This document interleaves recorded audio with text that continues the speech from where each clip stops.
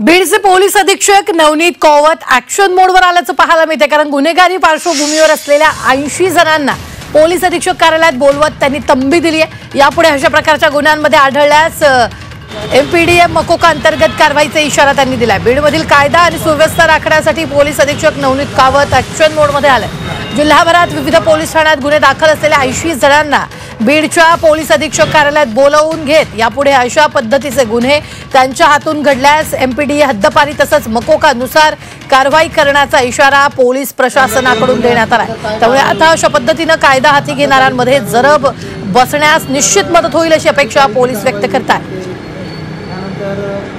जिल्ह्यातील 80 गुन्हेगारी पार्श्वभूमी असलेल्या व्यक्तींना एसपी ऑफिसला बोलवलेलं आहे। यांच्यावरती सामाजिक त्याचप्रमाणे राजकीय तसेच प्रॉपर्टी ऑफेन्सेस आणि बॉडी ऑफेन्सेस देखील दाखल आहेत। यांना आपण अशा पद्धतीने समज दिली की तुमची जी काही पार्श्वभूमी आहे किंवा तुमचे जे गुन्हे आहेत त्याच्यानुसार तुमच्यावरती गंभीर अशी प्रतिबंधात्मक कारवाई करण्यात येईल। यामध्ये हद्दपारी सारख्या कारवाया असतील, एमपीडीए असेल, मकोका सारख्या गंभीर कारवाया असतील, या तुमच्या विरोधात केल्या जाणार आहेत।